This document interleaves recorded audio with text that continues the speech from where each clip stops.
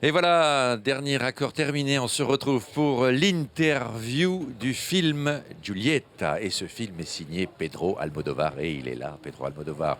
Bonjour Pedro, bienvenue à Cannes, très heureux de vous revoir en compétition officielle. Ça me fait très plaisir de vous accueillir Pedro Almodovar, merci d'être là. À côté de vous, votre magnifique casting, Emma Suarez, bonjour Emma. Bonjour. Bienvenue, Adriana Ugarte, bonjour Adriana, Bonjour, bienvenue. Et Rossi De Palma, Rossi De Palma, mais ça va bien. On se retrouve après être membre du jury. Vous êtes de nouveau comédienne, Rossi. Vous avez vu, hein, maintenant je suis de l'autre côté. Hein. Mais toujours, c'est un vrai plaisir. Ben oui, mais c'est un plaisir partagé. Merci d'être là, Rossi De Palma. Retour à votre cinéma, Pedro Almodovar. Retour aux femmes, j'ai envie de dire. Pourquoi? Uy, bueno, realmente me ha ido muy bien escribiendo y dirigiendo a mujeres. Entonces yo creo que, bueno, trato de que sea una película distinta de las anteriores, pero el universo femenino y sobre todo la maternidad es un sujeto que a mí siempre me resulta muy atractivo.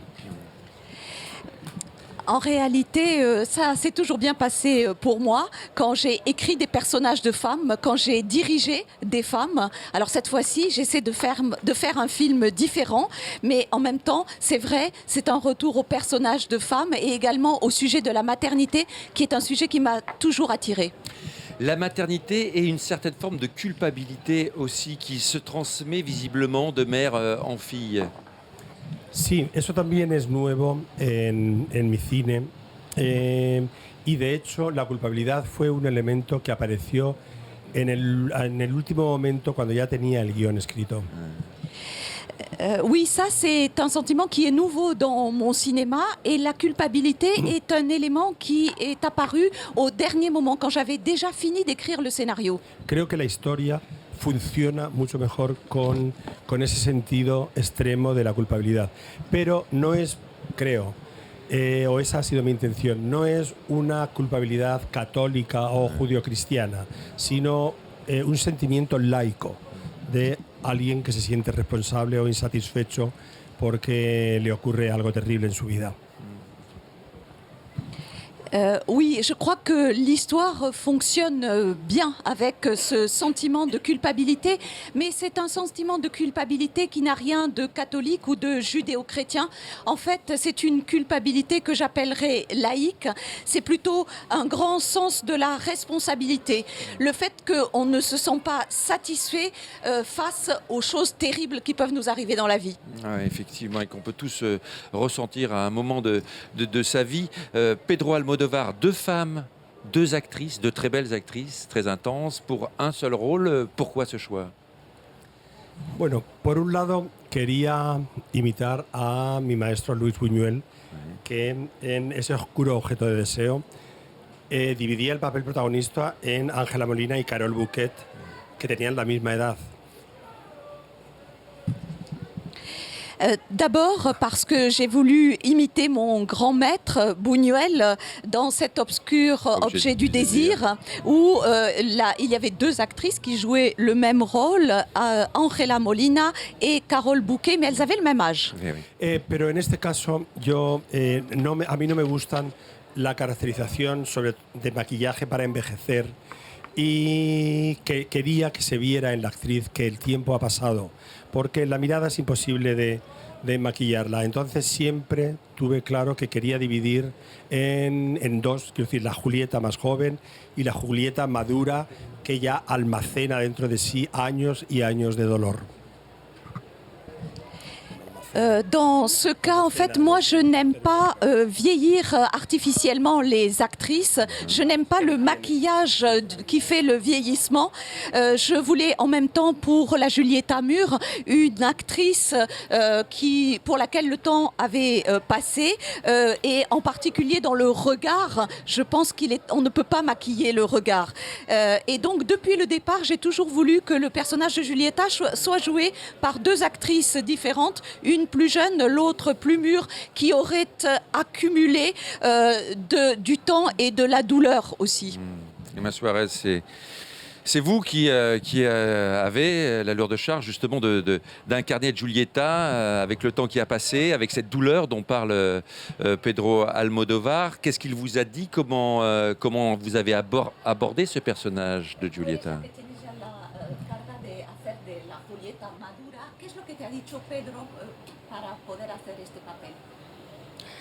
Pedro me dio muchas referencias de libros, pintores, actrices, películas, y hubo referencias de un escritor, Emmanuel Carrère, a un libro magnífico de Joan Didion, El año del pensamiento mágico, a Lucian Freud, Antonio López,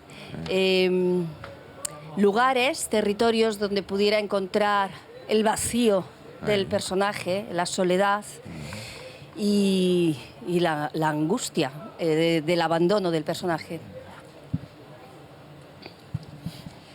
Pedro m'a donné beaucoup de références. D'abord des livres, des auteurs, des lieux, des objets, des films à voir. Il m'a donné en particulier un livre d'Emmanuel Carrère à lire, la vie, les vies étrangères. Oui.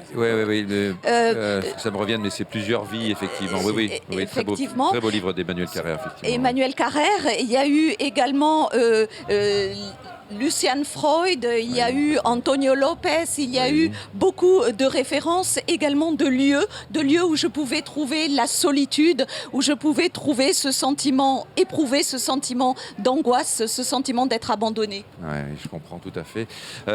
Ça a été la même chose pour vous, Adriana Ugarte. Vous avez eu on vous a donné ce matériel comme ça, artistique. Pedro vous a donné tout ça. Bon, oui. Pour moi, l'expérience était pareille, mais je me rappelle que c'est un petit peu différent parce que il y avait un moment dans les tournages Pedro et moi, nous avons regardé un l'autre et je lui dis Pedro, j'ai besoin que tu prends ma main, et on commençait à construire, mais tout ensemble. Ah, d'accord. Et je me rappelle, c'est un moment magique et très spécial. Et c'est tous les moments de Giulietta quand il commence à descendre dans l'enfer. Oui, ça et commence à descendre dans l'enfer. C'est très joli moment. C'est-à-dire lui prendre la main, qu'est-ce que ça voulait dire, prendre la main d'une actrice prendre le cœur aussi.